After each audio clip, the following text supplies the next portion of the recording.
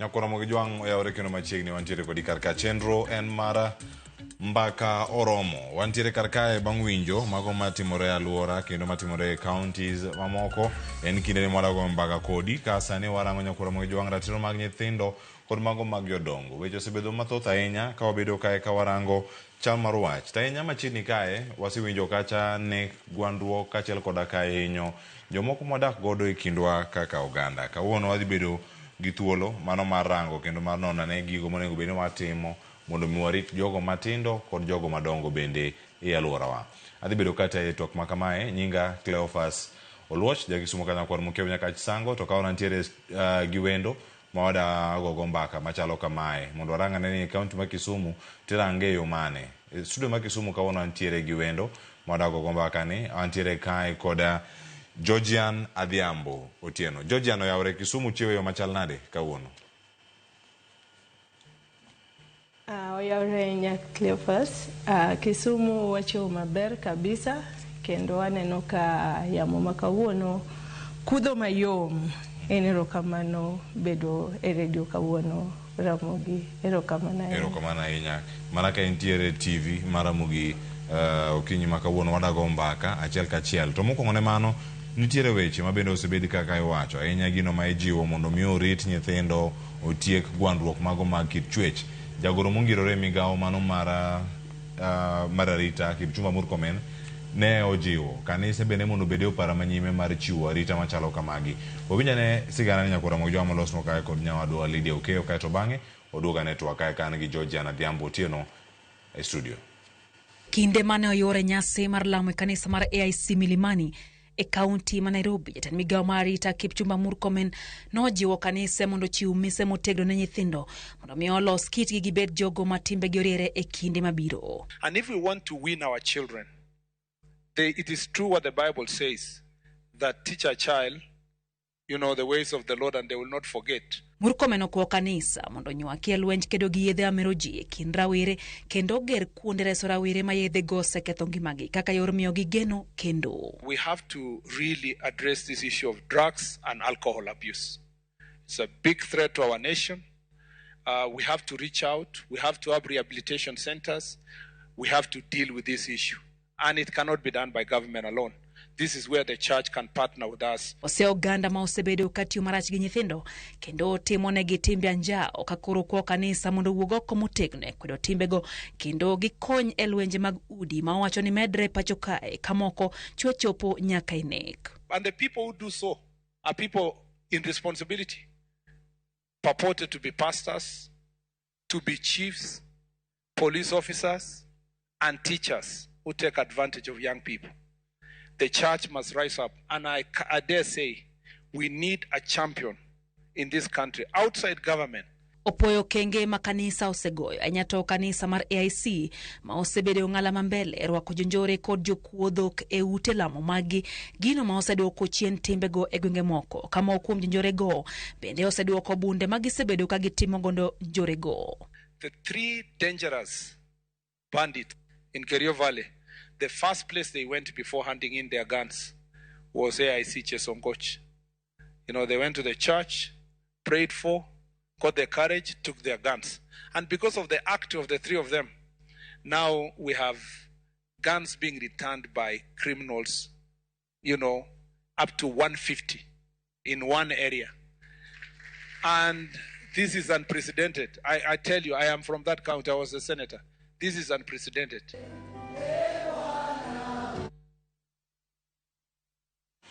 Wantiere karakae kamirango nire kakinyalo kede kod jogo ma medo nyayo lwenje ma kit chwech e kinde morango gi Georgian arwakni machiegni kendo kama wantiere karakae gigi ma itemo rangi weche mag GBV kachiel koda kara tir nikech ka nitiere gwandruok mago mag udi ma bende keto ngima nyithindo kod joma dongo kamarach ahinya. Ang'o mathoro kelo gigi ahinya kama untiere? To nyoro bende untie gi chenro moro manotimo Kisumu mano mar Women Adventist. Inyalo kunwa bende gino ma imedo dhir ahinya mar nyayo kwe e udi kinde ma jodake gi. Erokamano ahinya Cleophas. Gima wanyalo timo kaka wan wawegi mondo mi wabed gi kwe e udi ma wadakie kata gi alworawa. An kaka jachung' ne ratiro machalo kamano endo, wanyalo kawo kinde makende mar lando ne ji ni chutho ka wantiere gi lwenje machalo kamage e udiwa kuonde madake, ang'o gini manyalo bedo ne nyithindo mantiere e udi mawadake gi. Ibro yudo ka nyading'eny ka nitiere gwandruok mang'eny to kata nyithindo sombgi ok bed maber chuth. Mano en achiel kuom giko makelo hinyruok ne jowa matindo. To wayudo ka sani endi wantiere gi ng'eny gwandruok e udi, kendo ibro yudo ka namba matin kende ema odak kaka familia. To emomiyo wadwa ni wawuog oko mondo mi wanyis ji, wanyis community kaka wanyalo dak gi kwe. Mokwongo ber ka wabedo gi gimiluongo ni understanding. Understanding nyisowa ni wabedo gi winjruok, kasto wabedo gi paro maliw mar winjo gima nyawadwa dwaro kata gima dwarore mondo mi watim, mondo mi wabed jok moko mabedo gi kwe kamoro amora ma wantiere. Koro understanding ni jomoko samoro osebedo ka dhi oko mare. To bedo kidhi oko mar understanding to wabo yudo ka kendo koro lweny opong' kamora mora ma wantiere. Emomiyo akwayo community ni mondo wuog oko mondo walanduru kwe kamora mora ma wantiere. To Georgian, kitemo rango nyithindo mantiere kar kae bende kadonga kumoro. Ratiro mar nyithindo e kinde ni onego bende rango gi yo machal nade, nikech moko wacho ni gidongo gi parono mano ma gin godo e wigi. Ahinya niero kama eka gitimo gik moko, lwenje ma kama nitiere. Bende nitiere kumoro ma pono iluongo kata safe space ma jogi nyalo bedo ka dhiega e kinde ma gigi bende timre, nikech gineno ka lwenje gi timore e kindgi, gidhi dak kuma anyuola, to anyuola bende ponono ok rwak gi kinde ma kata yono madwarore ji abila gi kinde ma gikale midhiero gi. Ahinya bende gi jodongo, nikech iwacho ni samoro jok ma gwandore gi ema chiwo sir ne jodongo. Sama gwandruok nitiere jodongo gi nyithindo ema bende dong' kumoro ma kamarach. Cleophas, chutho wayudo ni ka nitiere gwandruok to nyithindo hinyore. To gima itemo penjo nyithindo masani onego wan kaka joma generation ma millennials onego beni wa understand ni nyithindogi ere kaka wanyalo raise gi up, ere kaka wanyalo timo mondo nyithindo makata wanyuolo sani obed ka gibedo gi paro maliw. Nikech iboyudo ka nyithindo manonyuol ndalo manene adieri iboyie koda ni gipogore gi nyithindo masani. Ibro yudo ni nyithindo masani nitie kaka winjo gik moko e yo mopogore. Taparo ni maendi kelo wa kendo e gimoro miluongo ni kaka wa raise nyithindogi. Ineno Cleophas, nyithindo kaka inyuolo nyathi, to nyathini endi odongo gi tim moro, to in kaka wuon gi kata kaka min gi onego bed ni ing'iyo step ka step kaka nyathini biro kendo dongo kabedo e community. Ibro yudo ka thoth nyithindo moko bro bedo ka nitie kata gigo magitiyo godo, to kata in janyuol intiere ot kanyo kode to ok inyal ng'eyo.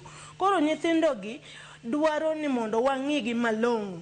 Kata ka in janyuol samoro inyalo popi ne room ma nyathini moro ting'iyo ni nyathina ni to dak nade. Mano bro mi clear picture ni nyathini ta raise nyathi machal nade. Kochakore kanyo to aparo ni ka parent otimo mano to wan kaka community wabro bedo kuwa raise generation moro mantiere gi pogruok ahinya. To kendo kaluwore gi gima sefwenyo kata masewinjo, jodongo ma wantiere godo around nigi shida mang'eny kabisa. Iyudo ni jodongo thothne ijuang'ogi kabisa gi jok ma gi nyuolo nyithindegi, kendo inyalo yudo ka jok madongo amor ahinya gi government wa Cleophas.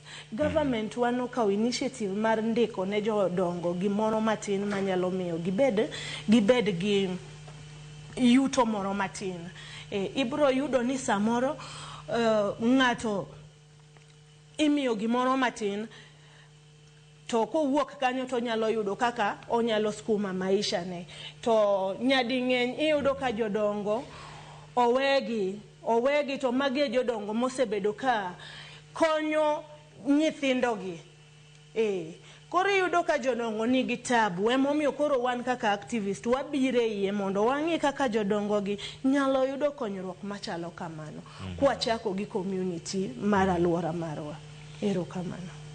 Georgian, to bende paro wach mag jodongo mana ka michope kar kanyo, mana ka wantiere tielo ni osekawo okenge makare mago mag rito jodongo ahinya e kindwa, nikech ka wacho ni mokwongo gin kaka girito nyithindo bende kar ka kitemo kata puonjo oganda ipuonjogi e yo machal nade e kindegi ma iwacho ni nyithindo nitiere ma wacho ni ero in isekelo e piny ka wan koro wamanyo kaka wan onyalo dak kendwa, in kama intiere kar kanyo in bende ikawo mana ting' mari koro kidhi mbele, nikech mane machal ni kidieny masani mane paro magintiere koro ng'ato ng'iyo mana ngimane owuon giweyo chenro mag rito jodongo kata kor gwenge. Cleophas, ka wuoyo kuoma awuon, aparo ni gino chakore gi ng'ato ka ng'ato. An kanyalo paro Dani Nyaraura dala mar Sango kacha, Nyaraura onyuolo nyithindo 9. Tibro yudo ni nyithindo 9 gi matin malwetgi chopo. Koro en kwayo mar nyikwayo mondo timang'o ong'i kaka support nyithindogi ka unyalo riworu to support joma chalo kamano endo. Aparo ni mano okang' achiel manyalo miyo wayud resruok mag jok ma dongo gi. Mar ariyo en ni kaka wantiere gi initiative miluongo ni Tuko Sawa initiative, mano ma wa organize through chairperson Christabel.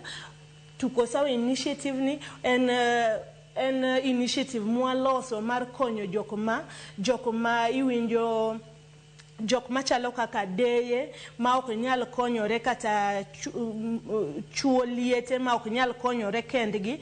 Iwinjo kaka jodongo wanyalo support gi matin mwayudo. To chutho maendi is a call, onego wan wawegi ka pod intiere to pod antiere Cleophas, wadwaro ni mondo wakaw odiochieng' makende mondo mi wang'i kaka wanyalo konyo dewa mantiere pacho. Maendi is a call. Dewa mantiere pacho onego wang'i kaka wakonyogi, nikech adieri ok ginyal konyore kendgi giwegi. Ndalo mane gin gi teko ne gikonyo minewa, gikonyo wuonewa mwachopo nyaka kuma wantiere koro kaka wan nyikwayo. Ka gini otamo nyithindo to wakwayo nyikwayo mondo koro odonji mondo o take up responsibilities. Erokamano ahinya. Kendo mana kama wantiere ka achiel nitie weche mathoth mabende timore. Ang'e ni mae ema wayudo ni thuolo mar rango achiel ka achiel ni gin to gin gik mage mabiro ka choponwa e kor gwenge mopogore opogore. Wacho ni Nairobi ka wantiere twak mar jorufa mano madhi mbele sani kaunti ma Nairobi kae e apisegi ka gichiwo wach kotenore kod kaka itayo kumano mano mar SHA nyaka sani. Brian Lishega ma en jatend rufa loso wadenwa winja na achiel ka achiel sani ka otenore kod wechego mag SHA. Lie on their deathbed. As we approach the 1-year anniversary of SHA, SHA must be reformed in order to survive. This is a fight for survival by SHA. And everything that we have been seeing happening, including the launch by His Excellency the President of the sponsorship of 4.4 billion last week, is another attempt at survival. The reintroduction of the teachers and police medical schemes in December is also another attempt at survival. So these are our demands. Number one, the Cabinet Secretary must immediately reverse the 10.6 billion Kenya shillings rejection of valid claims. This is against the SHA provider contract and hospitals have been denied the right to clarify or to remedy the situation, leading to huge losses. Number 2, we demand that unpaid historical SHA liabilities dating back to 2017 should be paid immediately, in line with the presidential directive of March this year. It is unfair and unjustifiable delay for the Cabinet Secretary for Health to keep talking about verification while doing no verification. We are aware that just 82 hospitals account for 50% of the NHIF debt. Surely, Mr. Cabinet Secretary, how long can it take you to just verify 82 hospitals? Why would the verification of 82 hospitals' NHIF debt cause the suffering of 3,700 Kenyan hospitals? We demand that the unprocedural downgrade and closure of hospitals be stopped immediately, because since June, the Digital Health Agency has wiped out 3,500 maternity beds from Kenya and 1,000 delivery beds. In addition, the Digital Health Agency has wiped out 10,000 inpatient beds. What is the rationale for this wiping out? They say they are fighting fraud. We know the story better. They are fighting for survival. Number 4, we demand that the migration of the teachers and police medical schemes to SHA in December should not happen before the MAKL, Medical Administrators Kenya Limited, and Minet settle all the debts they owe to hospitals. We will not have a situation where we have another crisis similar to NHIF, where you migrate a whole scheme without settling arrears owed to hospitals. We refuse the idea that teachers and police will be migrated to SHA before hospitals are owed the money that is owed to them by Minet and MAKL. This cannot happen. So therefore, we are just declaring very simply, come December, if the money is owed to hospitals by the teacher scheme and police scheme are not paid, we will not offer medical services to teachers and police under the new scheme in SHA. Finally, there must be urgent reform of the SHA financing model. It is not possible that only 10% of Kenyans can carry 96% of the weight. We hear politicians saying, go to hospital, healthcare is free. The Kenyan people know that this is not the truth. The reality of the matter is that these populist statements do not reflect the truth on the ground. Kenyan patients continue to incur catastrophic expenses. And the reason why they are incurring this is because the architects of the SHA revolution or the SHA reform are so unwilling to listen to sound advice. They have ignored all professionals. They listen to no one. They are basically unable to accept that there are other ideas, and they are leading the country in the wrong path. Therefore, we ask for immediate change as SHA approaches to 1 year. The system of collecting money is not working. The model of financing healthcare is not working. And unless all of us step up and change things, we can only see a healthcare system that will collapse. Thank you.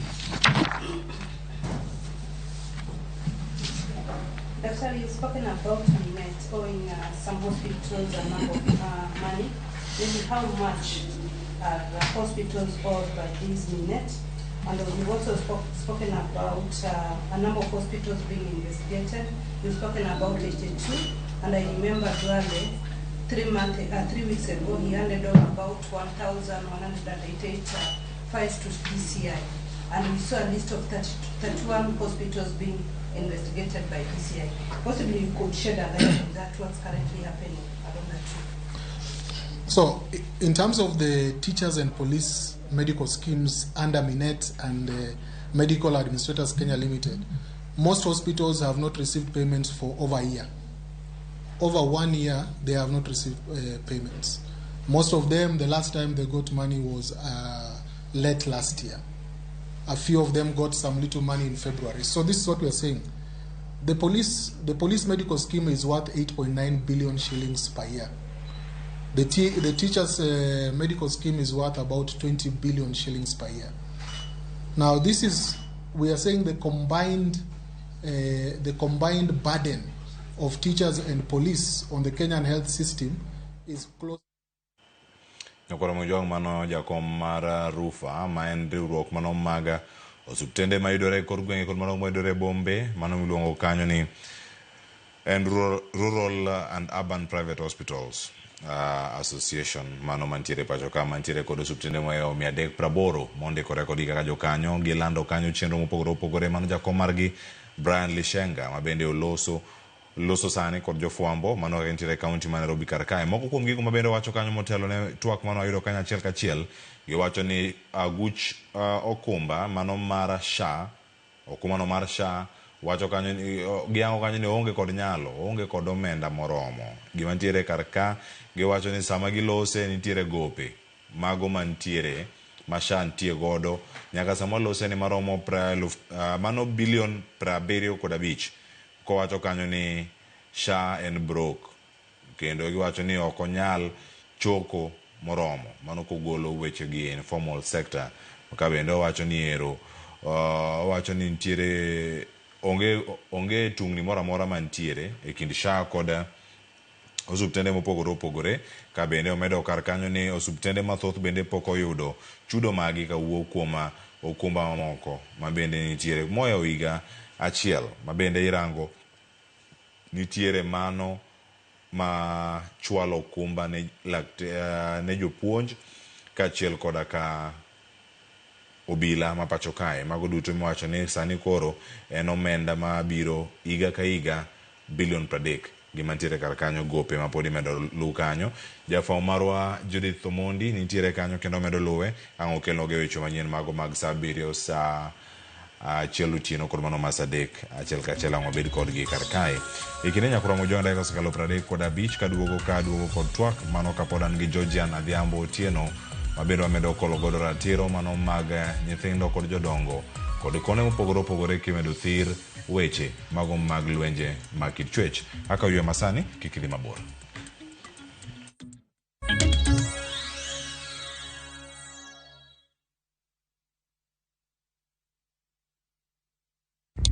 Saa zingine mambo kupata bila plan. Gas ndio imeisha, landlord akuache upumue, mtoto ni mgonjwa na bado ni mid-month. Usijibox kwa noma. Piga *531# and sort your emergencies with my Mobi Civil Servant Loan. Iwe usiku au mchana. Kama wewe ni civil servant, sasa uko sorted. Dial *531# and get up to 20,000 shillings and pay from your next payslip. No paperwork, no guarantors, no drama. Ni wewe tu na simu yako. Register now and see your limit in seconds. Built for Kenyan civil servants. My Mobi. Iko sorted.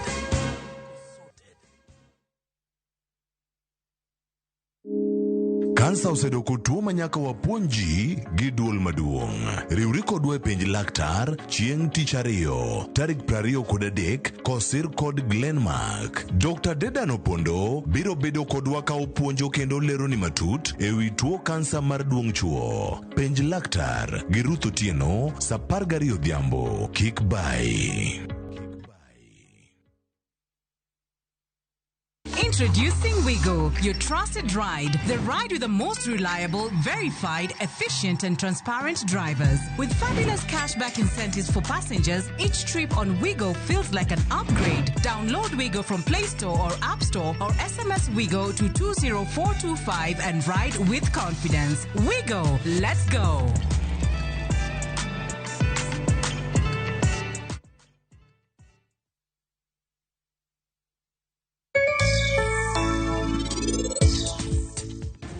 Ere kaka Sanju bro timre gi wach mar Niti? To kendo ere kaka Rajiv bro timre gi wach mar Pari? Ana bro timo ang'o? Nyasacha, ma en tugo mane matugo ne?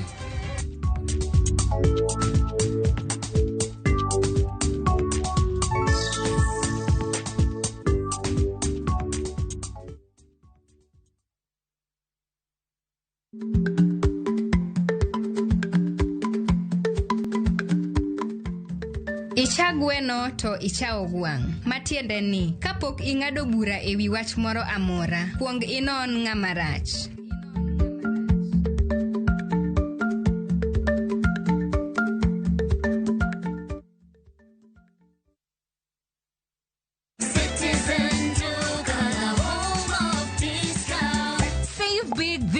With Citizen Duca. Get 3 liters of fresh fry cooking oil at just 916 shillings, down from 1,007. Enjoy 500 grams of prestige margarine for just 205 shillings, down from 274. And don't miss the 1 kilo yellow beans at 265 shillings, down from 298. Shop conveniently on citizenduca.com or on the View Sasa app and have everything delivered directly to you.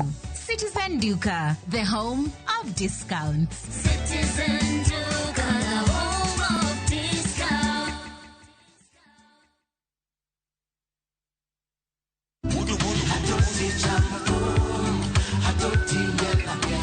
Woktich ka woktich wakelo ni don ya wotonagi.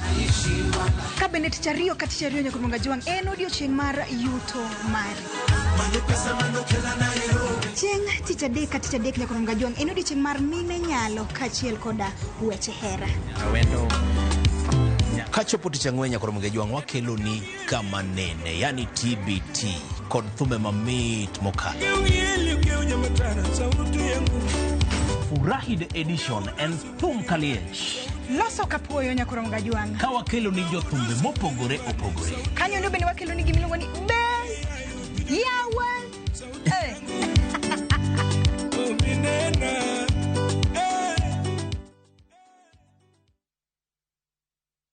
Your Asian adventure awaits na View Travel. Ready to explore?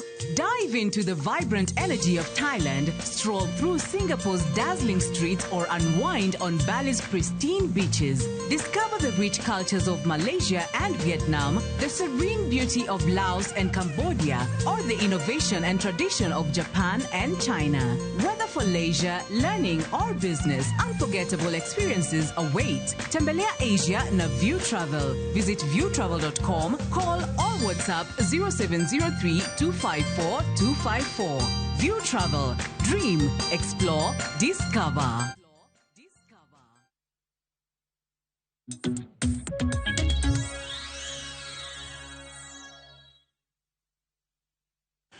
Nyakora mongi juang machini kendo wantiere karkae chenro dhi mbele. To sama wantiere karkae bende wacho kanyo ne wayudo paro mopogore opogore kawuok kuom jopiny kendo mamedo oronwa ote mopogore opogore jogo mantiere mbui me kod duto te Ruth Dhio Chieng' wacho karkani nyithindo masani ahinya Gen Z gi Gen Alpha tijgi tek, luor thin kuomgi, which tek proper. Tinde the best maginyalo timo ne jodongo en loso kodgi content e TikTok. Jodongo moko bende richo, gidak mana ni mia makata nyakware lwete ni nono. Ma ok nyal timnegi, ma ok nyal kata timonegi kaka gidwaro, to gikuong'o nyithindogo. Moko bende rocho ratich nyithindo. Pina jalony ni ka jaduong' ma ike oniang' ma bende wiye chal ma osechako mbachni orocho ratich nyathi manyako, bende nitiere okenge minyalo kaune mago okenge minyalo kaune ma marawerano yud ratiche alotu akanu moja inako mano penjo kotere kod ratiro mano mag nyithindo. Machielo bende Eric Oduol wacho kani Cleopas thieth ma Kenya sani dong ne jo pesa, sirkal ok dew japiny. Omondi Oduol kawuok West Uyoma Akuom Village. Erokamano ahinya kuom ote mari. Injinia Lazaro Kanyambok wacho kamae ni yawa kik utiek twak ka okumulo njore mane obambo nyathi nyako ma jahiga 13 Homa Bay Suba North kaeto ginego maka ok ordinary criminals. Jogi nigi paro, ng'ama nigi paro mano mar neko, then proceed to manyo acid to interfere gi crime scene, mano koro en professional criminal madwaro serious investigations from DCI to unearth the secret motive behind it.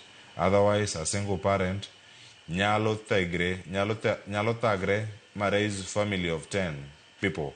Then 10 people rito just one parent cosity nyalo tamogi nikech gipiem. Wachone ni Lazaro Kanyambok makare bangi ja Maguje Kanyada East kanya madane mondo mi wakaw godo ntie ote maruth nyathi ochieng Georgian kiwinjo gi makare gi paro mar Injinia Lazaro Kanyambok mane kamano don waduogi kendo no warange achiel kachiel. Georgian nyama na lero no bende machiegni network mara tielo mar ariyo kendo ma en tielo mogik ma bende ntiere kar kae. Inyalo mana kono wa isewinjo sigana no mano mar nyathi mane obambi ma onegi. Mano kama ne ntiere kanyo e county mano ma Homa Bay. Gik mathoth ahinya mosebedo kae katimre, inyalo mana lero nwa. Bende ratiro en gimoro ma ineno ka en machiegni koso keth kata evidence. Cases mosebedo kanyo urakuru godo. Inyalo mana duoko moko kuom gima kuom joneno kae to bang'e dhi nyime kod chenro mago.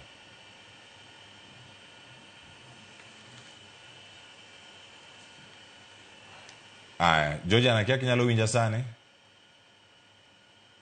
Binyalo winjo sani achiel kachiel. Mano kama intiere county ma Kisumu ka inyalo winjo wa sani ang'wa thuolo mano mara nuoni ote mopogore opogore ma bende biro winjo kanyo wa nyathi manyako mobambi ma jahiga 13. Mano kama wantiere ka iwacho ni mano timore kacha e county ma Homa Bay, Suba North. Kendo obila e county ma Homa Bay nosemako achije ariyo mago ma itudo gi nek mago ma coach ma japuonjre no ma jahiga 13 mane gweng' mano Marabuor mayudore Kamsama. Mano e kar chung' bura ma Suba North County ma Homa Bay. Wach ma kama mokwongo Georgian kani winje kendo kit nonro ma itimo e wiye kae dipime kod ang'o mano nek ma nyathi ma jahiga 13 kae to bang'e jodongo bende maponono kuomo nyithindo ma onge nyalo malwetgi ni nono ma koro iwacho ni ero janyuol nyalo pidho nyithindo 10 madongi. Nyithindo 10 gi kosedongo to rito janyuol achiel bedo matek ka janyuol no seti. Georgian. Erokamano ahinya Cleophas. Wach mokwongo mar wach manotimore Homa Bay mar ng'ato repo nyathi ma chwe nege ma ol kuom acid e duong'ne. Wachno wakwedo matek kendo mano wach marach. To berne ni sani endi wasekawo atua ma jok ma ichich gono timo timbegi osemaki kendo gin iye. Kesa ina notimore kendo mana sema Homa Bay last year. Ka nyathi ma nyako ma jahigni 13 obambi monegi. Ng'ama ne otimo njore machalo kamano endo sani endi entiere kod yaga kendo osava tam ma owinjore gi timno kod yaga ma Kisumu kaendi.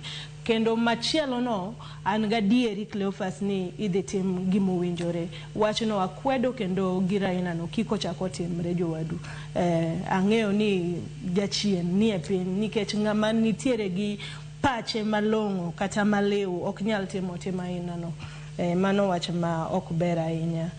Atimo mos ahinya ne min nyathi kendo ubeda gi chir wechego Nyasaye dhi loso mbele.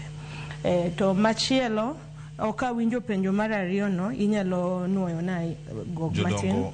Mano penjo mar jodongo ka en kanyo ni jodongo kod nyithindo wacho ni en gima wacho ka ni nyathi odwok lwete bang'e kosebedo ng'ama ng'ongo. Penjo moro donjo kar kaka wacho ni janyuol nyalo bedo ni opidho nyithindo 10 koseti nyithindo 10 gi ok deri janyuol achiel ni kama gintiere mabiro nikech piem.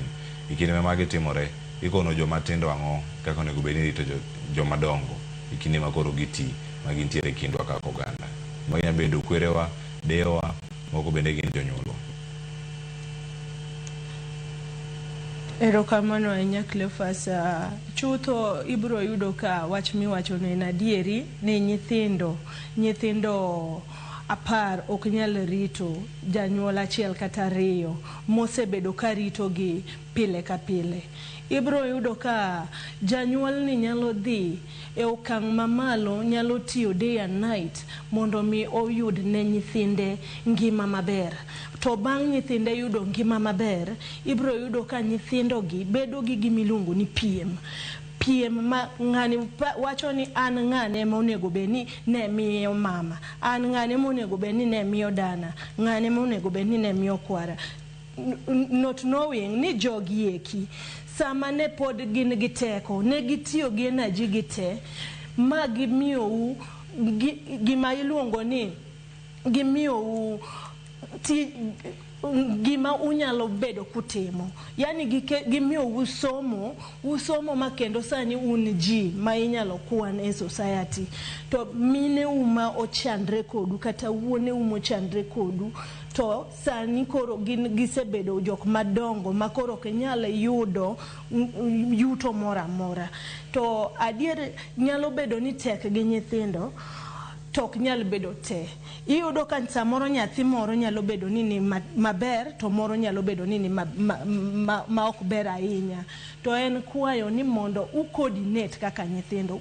Ma emomiyo nyithindo onego bed gi gimiluongo ni togetherness. Ineno togetherness ni bro miyo wabedo kwang'eyo ni adier mama ne ni marach, onego beni wang'eyo ne gini kata gini. Baba ne ni marach, onego beni wang'eyo ne gini kata gini. Koro yudo ka sama uwuoyo kaka joka ng'ato, to koro onge piem mabedo, gimora mora bedo ka dhi e yo makare. Makata jonyuolwa iluongo ni koro gimiyo wa blessing, nikech awinjo ka ng'ato wacho kanyo, jawinjo wa moro wacho kanyo endo ni jonyuol kuong'o nyithindo.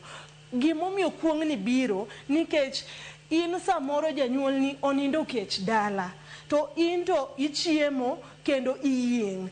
Adier matin miyudo ni ang'o mamoni pogo gi janyuol ni mondo kik ket iluongo nang'o chuny malit kuom janyuol. Chuny malit ne mamiyo janyuol wacho ni oyo kama e kaka nyuol to we uru. Iwinjo ka samoro jonyuol nyalo wacho wach malit makata in kiwinjo nyathi to iwinjo mana ka chunyi wacho ni oyo mama to chwanyore kata baba to chwanyore. Kora kwayo nyithindo ma pod ni gi jonyuol gi kapod ngima gi wakauru jonyuolwa obed responsibilities magwa. To nyadi ng'eny bro yudo ka jonyuol ywak nikech adieri ok ginyal yudo konyruok kaluwore gi higa be koro niang'. Samoro ng'ato ike oniang' moseweyo kata tich en ng'ama oseretire. To nikech ne opuonjou momiyou lain maber monego bed ni uluwo, koro nokoso timo gimiluongo ni investment kata kano pesa monyalo tiyo godo bang' koro weyo tich. Koro mae makelo lit mar janyuol, chuny malit mar janyuol.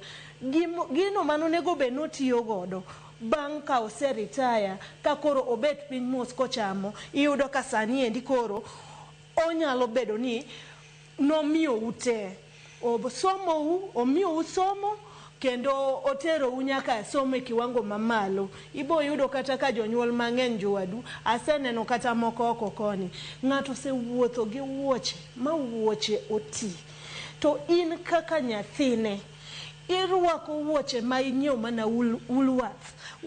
Wuoche achiel kende ibo nyiew en over siling 10,000 gi wiye. To babau kata mamau to rwako wuoche ma otimurumo.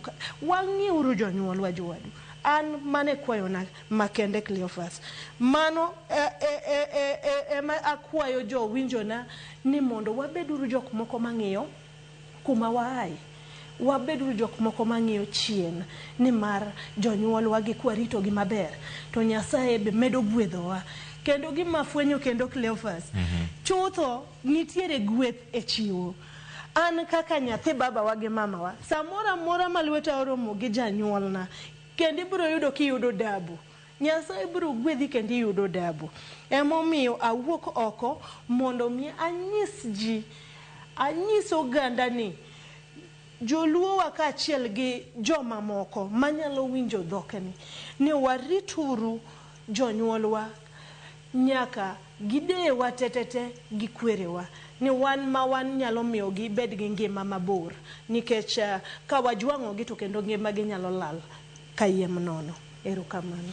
Aunero kamana enya Georgian kendo ang'eni wasetwak e yo makare gi kanya madani mondo mi watiek godo twak ukinyi makawuono ka warango gi achiel kachiel mana kama wantiere kodi kar kago. Nero kamano Georgian Adhiambo Otieno kumbiro kodwa odiochieng' makawuono kod chenro duto mosebedo kanyo katimore mano e bwo Adventist Ministry mano mabende osebedo kanyo kutayo chenro mopogore opogore e kaunti ma Kisumu mar jiwo ngima makare ne joma mine ahinya kama gintiere tieko gwandruok kod lwenje mago mag kit chwech e konde mopogore opogore. Georgian adong' gi thuolo ma dakika achiel kende e wach mani mogik ne mine mantiere alwora ma Kaluo debed mane ne jogo machuo bende mantiere e alworawa mana sa mwalose sani dikon gi ang'o sani ka watieko dakika achiel mogik.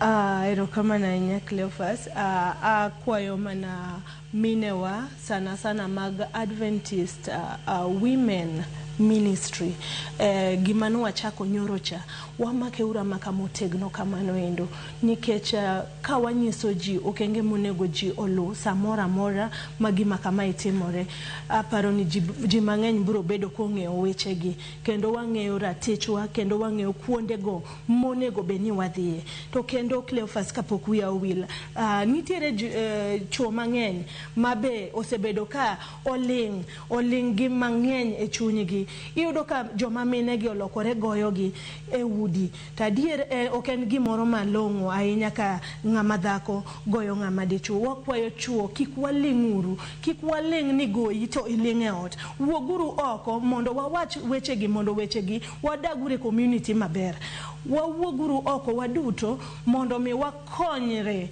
wadaguru gi kwe wadaguru kanyakla wadaguru gi hera mano ema Yesu be noweyonwa wadaguru gi hera kendo wadag gi kwe ma hera ma walando kaka jo Better Living SDA ma Kisumu kachiel gi the whole community mag Adventist wadaguru gi luor kendo wadaguru gi hera osike kindwa waduto. Erokamano ahinya Georgian Adhiambo Otieno kumbero kod okinyi makono ka warango ratiro mag nyithindo kod jodongo ote mangima ahinya matiyo kar kanyo rit nyithindo kachiel koda ka jodongo gi jonyuolo bende kamoro amora ma gintiere. Leo osekalo 55 tok sang'wen mar okinyi do mana 5 kendo romo sa 5 mano mar onyango kanyo makele giko machendo makawuono mar makoromo agonero kamano jawinjo kachiel koda ka janeno mar Mogi TV mar bedo kodwa okinyi makono nyaka sani makoro wachopo e giko ni mar chenro elo jogo duto ma okelo chenro chopo ne yo makare waoronu wach gi pak mago jog mwachako do okinyi sa 12 nyaka sani makoro watieke director gi joge tema ntiere kar kanyo kawuono nam chumbi Anesto makawuono dhi alo duchenge mar nyuol happy birthday kuome kod jogo duto mabende ntiere kar kanyo ma otiyo godo achiel kachiel Nyasaye mondo mi otau kendo ritu odiochieng' machielo kamano odiochieng' makiny watimuru kendo mwatimu odiochieng' makawuono e yo mopogore ka wachako gi chal mar siasa chal mar Kenya mano odiochieng'no makiny chieng' tich ariyo ka ntiere ka kod jowetewa Sharon Ong'ao kod Joyce Oduor. Anyinga Cleophas Oluoch jakisomo kanyo kwar mokeo nyaka chisango oriti masani.